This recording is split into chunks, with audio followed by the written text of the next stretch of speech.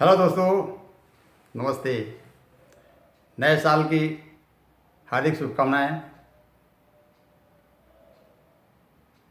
अभी मैं आप लोगों के सामने एक छोटा सा गाना पेश करने जा रहा हूँ। यदि यह गाना आपको पसंद आए तो अपने दोस्तों में ज़रूर शेयर करें।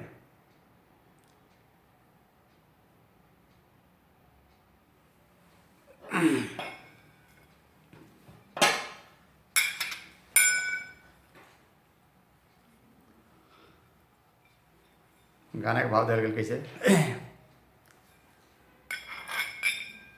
एक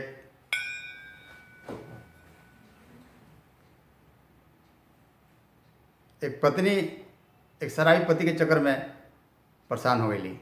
का कहता रे क्या रे रोजे रोजे आवला तू माथा अपन फोड़ी जोड़ी केहू के ना दे। यही कहता रे करे रोजे रोजे आवला तू माथा अपन फोड़ी जोड़ी केहू के ना दे। अरे रोजे रोजे आवला तू माथा अपन फोड़ी जोड़ी केहू के ना दे। अरे जिंदगी बचल है बा थोड़ी राजा जोड़ी केहू के न दे। अरे रोजे रोजे आवला तू माथा अपन फोड़ी जोड़ी केहू के न दे। अरे जोड़ी केहू के न दे। जिंदगी बचल है बा थोड़ी राजा जोड़ी केहू के न दे।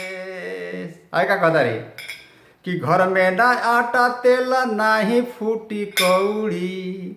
अरे घर में ना आटा तेल नाही फूटी कौड़ी। और शादी करे के हसे आन भैली छौड़ी।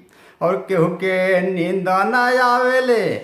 और केहू के नींद ना आवेले जिसके घर में श्यान मोड़ी जोड़ी केहू के न दे। अरे केहू के नींद ना आवेले जिसके घर में श्यान मोड़ी जोड़ी केहू के न दे। जिंदगी बचल है अबा थोड़ी राजा जोड़ी केहू के न दे। अरे रोजो रोजे आवला तू माथा अपन फोड़ी जोड़ी केहू के न दे। अरे रोजे रोजे आवला तू माथा अपन फोड़ी जोड़ी केहू के न दे। जिंदगी बचल है बा थोड़ी राजा जोड़ी केहू के न दे। कहतारी कि सब पी खा के बराबर कर देला। घर में कुछ आन है घर में कुछ बढ़िए ना और कि कुछ दर दवाई भी करावल जाओ। और रोज ये तो धंधा बा। घर में सियान मोड़ी हो गई शादी करेगा। बहुत परेशान बाड़ी। अब कहतारी कैसे अरे कट गईल जिंदगी कटी अब कैसे आगे। अरे कट गईल जिंदगी कटी अब कैसे आगे। अब आँखों में नींद नहीं हो गल तीन दिन जागे। अरे कट गईल जिंदगी कटी अब कैसे आगे। अरे आँखों में नींद नहीं हो गल तीन दिन जागे। अरे सामाजिक बंधन है। अरे सामाजिक बंधन है तो है भागी कैसे छोड़ी जोड़ी केहू के न दे। अरे सामाजिक बंधन है। अरे सामाजिक बंधन है तो है भागी कैसे छोड़ी जोड़ी केहू के न दे।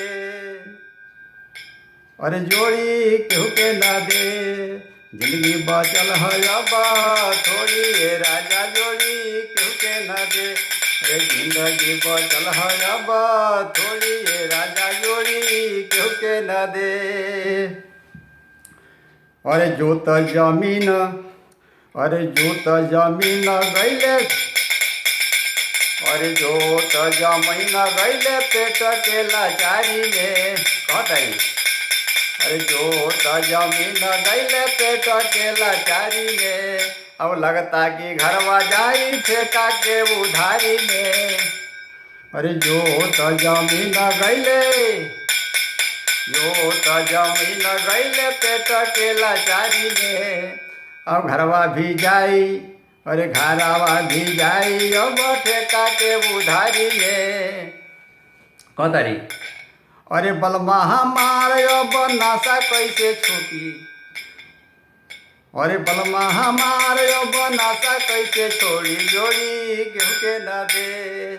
अरे बलमा हमार अब नासा कैसे छोड़ी जोड़ी केहू के न दे।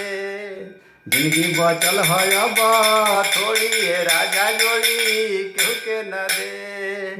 अरे रोजे रोजे आवल तू माथा अपन पोड़ी जोड़ी केहू के न दे। जिंदगी बचल है अब थोड़ी ये राजा जोड़ी केहू के न दे। आए कहतारी कि धरती के बोझ ऐसे लोगों के धिकार है। अरे धरती के बोझ ऐसे लोगों के धिकार है। अब बहन बेटी ऐसे लाखों लोगों के शिकार है। अरे बहन बेटी ऐसे लाखों लोगों के शिकार है। अरे अब तो एक ही उपाय बचल, अरे अब तो एक ही उपाय बचल, अब तो एक ही उपाय बचल, बचपन पालो माटी कोड़ी जोड़ी केहू के न दे।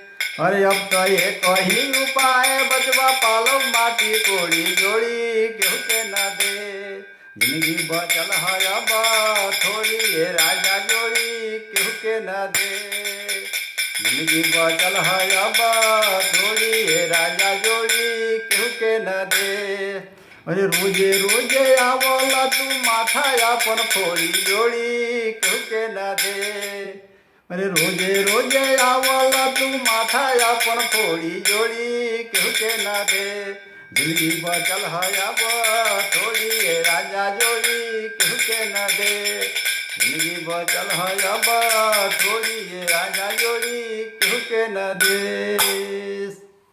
बस इन्हीं शब्दों के साथ मैं अपनी वाणी को विराम देता हूँ। फिर मिलेंगे किसी नए अंदाज में, तब तक के लिए हमारा आपको इजाज़त दिए। शुक्रिया, जय हिंद, धन्यवाद।